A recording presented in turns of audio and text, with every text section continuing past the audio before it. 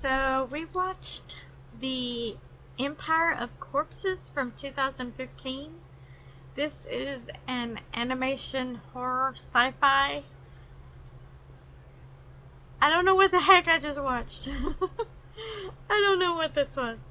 Um, so basically you have these characters. You have Watson, um, from like the Sherlock Holmes Watson.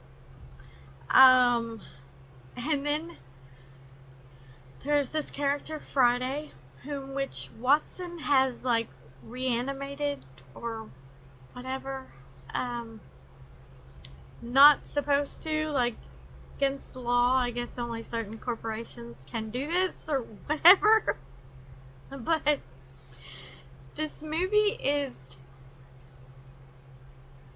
hard to explain. Trying to find where the person's soul is. I don't know. Somebody explained this movie to me. It's very good. I really enjoyed it. It is long. I was kind of tired when we watched this. It was long. It was beautiful. Like the scenery, the animation. There was a montage of them traveling that was really pretty.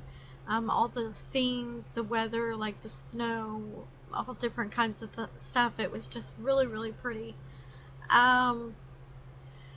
Thing I like in this, there was like zombie bombs, like corpses that were bombs, and they were exploding. That was kind of cool. Then there was these more advanced corpses, and they were like Wolverines because they had the claws and they were attacking people. So that was kind of cool. I literally don't know what all the story was about. It was about stuff, about things, but I didn't quite, I'm not smart enough for these kind of movies, but it was very good. And I really liked the music as well. There was lots of music that I did enjoy and like. It was pretty. And then at the end you get a little Sherlock Holmes, and that was kind of cool. Like, yeah, I was waiting for Sherlock Holmes to when he was gonna come in. I was like, okay, we have Watson, where's Sherlock? So he came in at some point. And then there was also Ulysses S. Grant, I think, the president or whatever. I think he might have been a bad guy. I didn't follow this story too well. And then there was a character named Burnaby who was kind of interesting. He reminded me of somebody, but I could never figure out, or maybe a bunch of somebody's combined together. I could never really put my thoughts in order to figure out who he reminded me of, but something. There was moments that were sad in this movie, and I was quite confused by the ending.